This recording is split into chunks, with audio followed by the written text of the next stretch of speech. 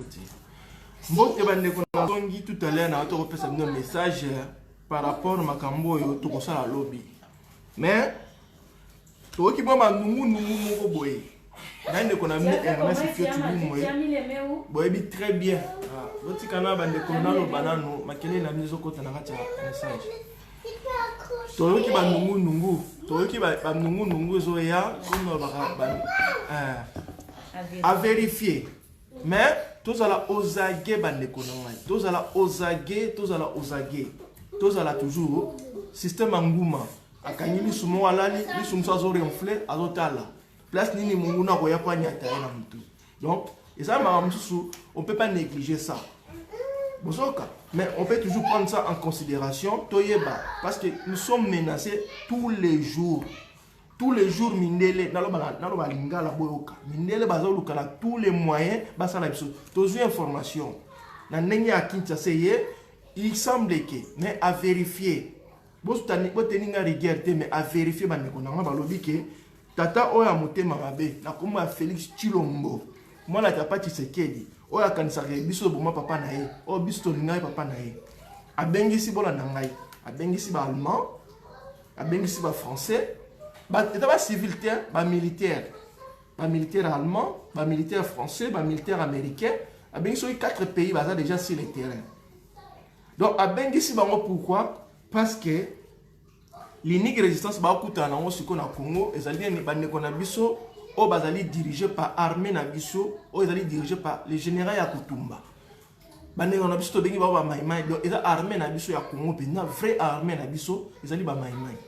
Il y a bengisi bango pour ba roboma général ya Kutumba na bande ko na biso oyo baza ba maïmaï o baza ko défendre ma bela ba koko na bango boyoki na autre chose il y a même pas 10 minutes ba autre copie cette information mutaza na kata Kinshasa ah oui est-ce que bozo ba ke général ya Kutunani moi na papa Tshisekedi na koma Chilombo mutema mabe oyo abengisi ba américain dernièrement bo mona ke na ki na Allemagne biso to mona ki azalaki na Allemagne donc azalaki na Macron azalaki surtout na américain donc abengisi 4 armées ba armée moko puissante pona ba bomba biso ba maïmaï c'est qui maïmaï zalinga na yo donc on nga na yo toza d'accord tenga pe na rola tateni yo po rola tateni lelo to komi ba rebelle toza ba rebelle te ezali biso so ko défendre ma belle par rapport ma belle bango ba osala biso ce que bango ba comme ça déjà bongo te bandeko le problème c'est quoi? Le problème que depuis que bana mboka ba telemi na côté wana o bana obingisa ba minéraux ba kanyenzela moyen bango ba bingisa so ba minéraux ezalité du coup et ça bango complication et on ba lingi ba broyer bango de façon que nzela tika la polele ba continuer ko bingisa ba minéraux na lobaki na bino ndeko na ngai Félix Chilombo a reçu le loco mon côté mais il est là pour nous endormir. Il est là pour nous bénir, il est là pour nous caresser dans l'essence de poils. On m'a dit, moi, tu as caresser l'essence de poils afin d'avoir kimia pour l'élément qu'on a de façon à ça la seule remontée. Félix a reçu la bonne année, même si tu as 2023.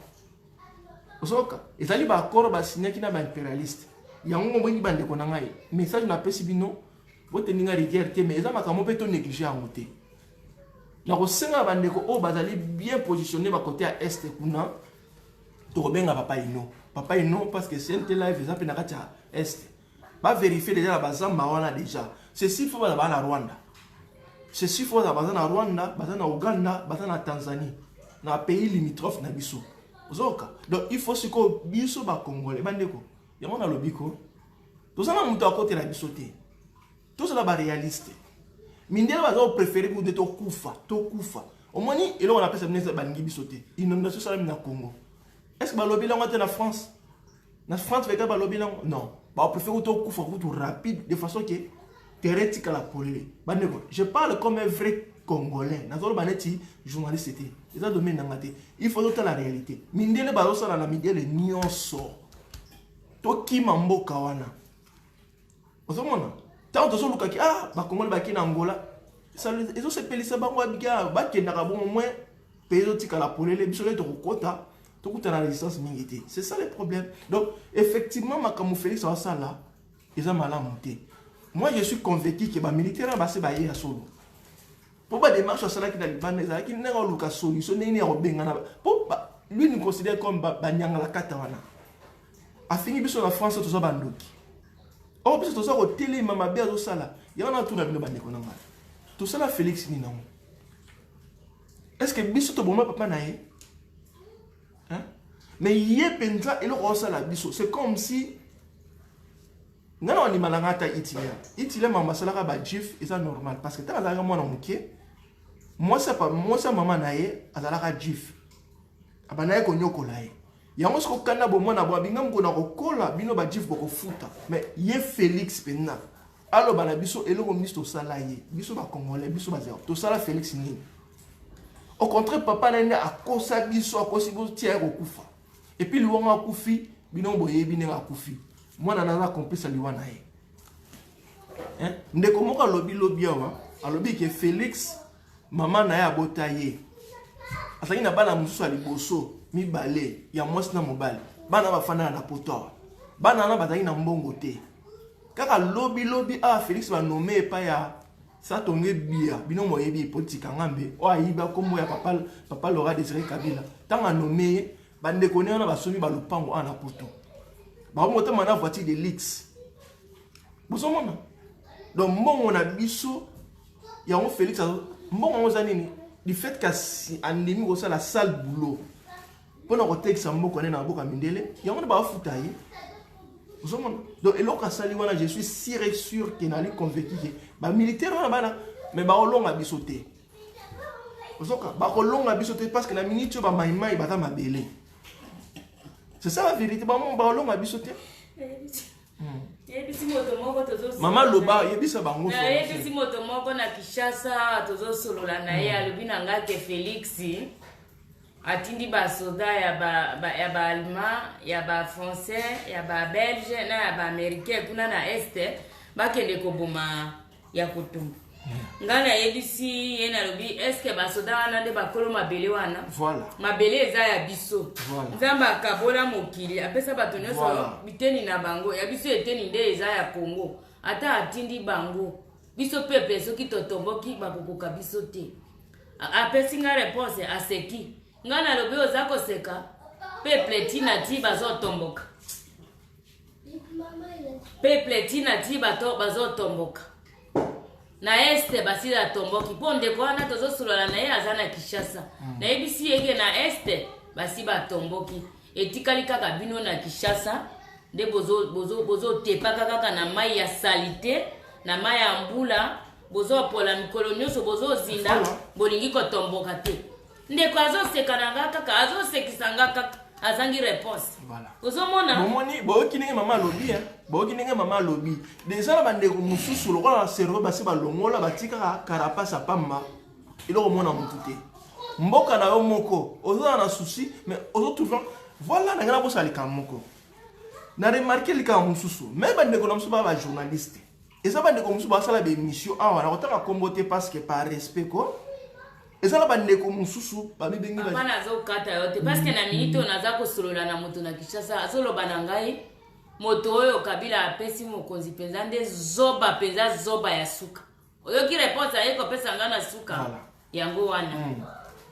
Bandeko wana bandeko bolimisa na bina kotanga komote mais na koloba quand même hein, na ko critiquer quand même. Bandeko wana ta ba sala émission na bango. Ndeko. Yo zali congolais, ozali zairois. Ozi chance, ozi une opportunité, oza na poto. To décortiquer ma malé. Oza na poto, oza na facilité oza na internet illimité. Donc ça limite. Ndeko mboka no eza na danger. Yo mi ngana komi na mi comme si journaliste. C'est bien. Ngana obune la combat, na obune la pays, c'est bien. Mais bande quoi là ce qui m'énerve et puis ça ra kana bande. Na otanga ba kombote ko, mais na osena bino nyoso beaucoup de la chaîne, beaucoup attitude de journaliste nyoso ya congolais ozo bune la Congo. Ndeko au moins ndeko mususu ko. C'est comme si makamba Congo et ça ti makamba ba hein, ya bata Brazzaville. Yesu ko be internet ni abeta les solo. Busumo na ndeko za na titi mo ya oseka. Donc azo prendre essence mo c'est comme si hein? Makamamboka ko ça le regarde pas. Et ndile za mboka ba paya est-ce que ya robeta masolo na ngo. Ndeko, ça vous mentir ko na zaso na moni ba journaliste ne pesa nga posa na so ta téléphone na BTV na ngo berona tina panza yango.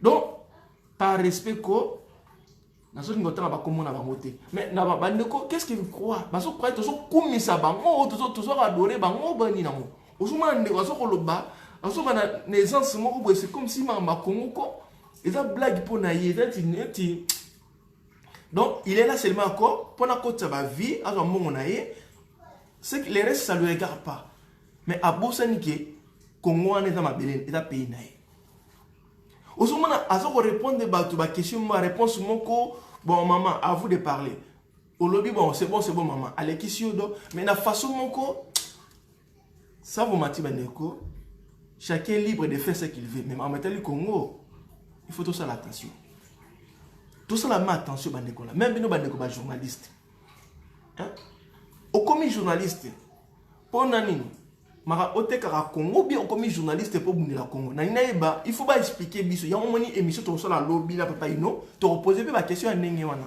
pour attitude on a fait si là pour ngezo révolter ngai j'en suis sûr et certain que zalika ngai mongo te ya d'autres congolais peut-être ba mona ba attitude na ngwana et puis ça va ngokana na sima ba écran na bango pour yondeko ozo seka donc ozo na sentiment c'est comme si donc ce qui se passe au Congo c'est normal ba kufa na mais c'est les gens bandeko no ba kufa te. Il faut une manière, il faut une attitude parce que ou bien au lobby ouvertement na ene na ngolo yako lukane mongo na sima ya problème le Congo. Je ne suis pas là pour défendre le Congo. On peut te comprendre que zoba oyo aine ko lukane mongo na sima massacre ça na Congo. Mais yo au lobby on na obu la Congo. Mais toujours mon attitude na yo, ozo montrer ta signe mongo te que vous en associé à mamele na Congo. Ozoka vous avez dit que vous avez et puis ça a tous les jours dans mon yango et puis tu as dit ndeko maman sur le a une information ndeko na solo mama comme moi Congo neti yi afanya libanda Congo mais na minute bandeko ala pina kati makonene na kati ma terrasite na ma yanye est-ce que ani poser une question là pourquoi le lieu là se retrouver ma colonne na kati ma salité non et puis ça le ba Félix a bengi mais il faut le ba que mutu o ya so la biso ma be photo bomaye bozo comprendre mentalité to komi na mo bandeko likamamboka na yozo on dit likamo ya bato mususu na komona ce qui me fait encore mal ils ont la étranger mususu bazo ki la biso maye ba congolais boza ndengeni comment mon groupe bato mo muke bazo maltraiter bino ebele boye OK ils ont ba étranger mususu bazo kama likamo mais c'est pas possible hein ya on a lobby ko ba journaliste ko mingi peko batangi bakasa ki journalisme ngote. Sur Facebook, ils ont la guité, YouTube, ils ont la guité, ne peut pas comment jouer. Donc, pour être clair et net, que Batouana, Bazou, Kane Mongo, na simaki journalisme, na mamotel le Congo. Donc, c'est que moi j'ai compris. Parce que Moutou, a fallu na kiti nae, na otanga comment Moutou, Mongo te mena, aussi na bino noso, vous avez observateur, vous observez les journalistes, vous voyez, banane na vina, banane, ba osala bazana titi douana. Pues, ngai pesa nga mawa. Qui n'a jamais monté sur le mambo quand a biso façon sur ça les langues on dirait les camango et touché ils ont touché été le point est normal que eux les gars Congo donc il veut prendre ça comme des minéraux pour moi ma minéraux baloba ma Congo ils n'ont rien à foutre quoi et censé ba passer formation à la fin nous à foutre mon on a basta quoi et on va comme na attitude douana le point est à lobby au barota là il va continuer à vivre na sur la sans YouTube à tirer mon on a il s'en fout des restes. Donc il n'est pas là pour trouver la solution. Il n'est pas là pour dire que bon, voilà ce qui se passe dans le pays, voilà ce qu'on peut faire pour essayer d'aider notre pays, ou bien te protéger. Non, ça même pas d'idée. Et puis, il va me journaliste. Nous sommes en train de pas une chose. Alors qu'on peut trouver solution. Et puis, ça va peuple, bon téléma, tout bundela, voilà un homme qu'il faut à la place qu'il faut. Vous comprenez la différence déjà? Na tangi papa ino parce que na moni nenga do bundi la Congo. Asa les ambigu ata côté. Ambigu ça te donc. Vous imaginez Asa na musala moko, c'est un ingénieur informaticien déjà papa ino. Il a son salaire. Asa na salaire na ya bien. Vous avez Asa sacrifier vie à couple na ye. C'est pas na boîte que les ba fleur hein, mais na zo détailler nengi azali. Tout le monde a raté. À 6h du matin, dans beaucoup de Mali, il neige et puis il y a Canada. Il a risqué, il a conduire, il a mambo en même temps.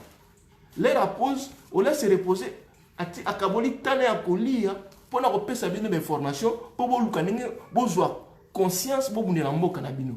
Voilà non, mais ba musu na mona bangwana te. Na ba beso basala pe misala. Na kotanga comment na moté, je me permets tanga comment papa Ino parce que c'est un homme à féliciter. C'est un homme qui mérite un jour qui comme ça libéré, t'honorer na midele nyos. Osok. Na ko le maké sunde comme musu na mona dans na bosolo, pa mettre quoi ici nani, comment nani. Te natanga na no mona afungoli chez siko. Commandeur Eric, maître quoi ça est. Bozo mona muto ana souci mboka mutu na remarquer ye wana. To bosa na te ndeko na biso commandeur so na papa Bokechu. Ozo mona na côté nombre ba tuna misape on a tout mona bina ndeko. On est quand même des observateurs, to zo mona na na zo la aventure na na zo moni la Congo. Na ko komisa mutu te toyebi ke o bazo nela komba na ndenge bazo nela mboka kombate bazo nela mboka na ndenge ya solo na bazo sala ba aventure bozo mona et nyonso wana eza ko jouer na psychologie na biso parce que nous on est choqués netika na la tout le temps traumatisé vraiment tant on fungoli Facebook na boye au moniga ba image bi c'est pas possible mais ça na ndeko muso ko lekala ti costume on dirait to ekota la costume na ye afani on dirait na bureau na ye. Pour vous, vous avez un geste à vous bien, pour se prendre un téléphone, mais malheureusement, vous prenez un téléphone, mais vous continuez à vous banailler. Donc, comme on est intelligent, on s'arrête, il est bon. Vous maintenant à payer, dans mon bêtise, il y a un écolo, les Kamba Congo, les Konama, tous on a une blague. Tous on est match à vite, là, il m'a raté, tous on a mis la Kinshasa. Tous on est qu'on a vu sur la minute, sur Bazo Koufa. Donc, il y a aussi une moins chance au fond d'une poto. De supposer à la carte à Kinshasa, tu allais vivre la même sort. Donc, si vous imaginez, vous comprenez la réalité. Vous avez et c'est grave quand vous vivez dans notre monde. Vous imaginez, à la poto, vous m'avez mis à Pamba, qui va pas mon or, mais ne vous samoué. Au samoué. Mais vous avez mis sur le midé les news. Net vidéo, mon amonaki. Maman va bêter sur qui sas. Il faut que vous cani pena, à la renseigner, il m'a rangé au salam. Parce que maman a la solution. Et là, Zozila, Azozila les bois. Donc, vous avez baqué dans 2 ans à Okufa Nangai. On est traumatisé à Okufa Nango Maneko. Elle est consciente qu'à Okufa parce que Moutako soigné à Zalité. Hein? Moutako aidé à Zalité, mais à Okufa Naye. Mais ça fait mal. Mais jusqu'au relais à la TV, na YouTube, au fan, au gonfle, au cas grenier, au bani au loba, au sepela, au zoom on a blague, mais non. Mais non, bandeko. Hein? Pas jusqu'à ce niveau là, mais le boss à la banque, baza conseil que c'est les êtres humains qui bazo bomisa bango mais et ça n'a pas intérêt na bango. Madame, allez crier. Ba ebi très bien que toujours bon mabatu pour biso survivre. Pour bango ba ebi que na mboka na bango ils n'ont rien. Baza ne loko mokoté. Donc baza obligé. Baza conseil que mambosa les années c'est monté mais bazo ça là pour survivre na bango. Ça encore yo, aujourd'hui à soso pour y vivre. On dit que je ne pas droit de vivre, mais on n'y a pas de ah, cet enfant. On n'y a pas de pour vivre, pour faire vivre un autre. On n'y a pas de base à la biso. Parce que conscient que na mitema na bango que auto zo boma wana ezali mbelete ezali batuloko la biso ba pe na droit mais bazo boma po bango bazana eloko akoliete mais ça faute na biso te pour que ça mokilité biso sto basala biso basali biso na kata continent biso o bengaka l'Afrique. Bon, c'est bon en Europe. Mais le problème est que bon, on va tika continent na bango, bazo tiko agresser biso tina continent na biso, donc précisément na Zaïre. C'est que ça la biso passé. C'est que basali minduki pour na neutraliser biso, basali minduki ba pesi ba ndeko na biso o baza mitema mabe, ba rwandais banani bozo minduki o bobo mabatuana comme ça biso profiter. C'est ça qui est problème. Jusqu'au Congolais peut offandi, bani ko seka seka. Oloba non. Donc on dit ma Makambo parce que Makambo ils ont concerné vie na biso. Il faut tous se défendre. Nous bande kwana sikoyo ne ba ko leka na media de ba mi monika ka bango na bango. Ndeko botika Makambo wana. Eza kibonyama. Hein? Nous sommes ya bimana bio, moi je suis intellectuel ndeko. Vous savez intellectuel au salini. Depuis comment intellectuel boy bisanga, au fabriquer le roni na. Ata tonga pas mo na ki intellectuel no fabriquer yango. Parce que autant en français, aucun classe batangi sur alphabet na souka bal, autant mi livre me délai commis, tu fais que répéter ça comme un perroquet ou bien dans l'intellectuel. Au salani. Tout le monde est intellectuel à Mindela. Parce que fabriquer biloko.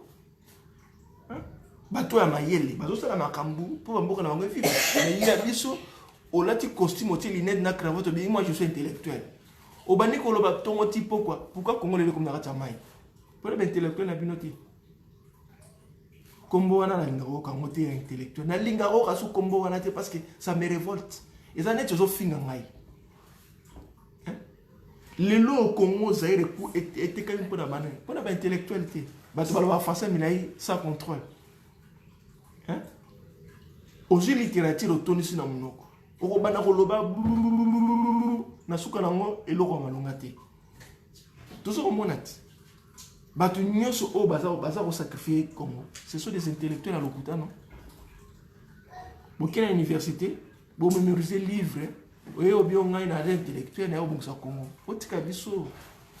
On a ceux qui ont pour l'information, dans le lobby quand même, pour tenir rigueur, mais à vérifier. Ton négligé peut en moter. Ton négligé en moter, mais tous à osagé. Donc, on a passé un message dans journée à lobby, à 19h. Émission spéciale à Mouné, négocier à ma chaîne à CNT Live.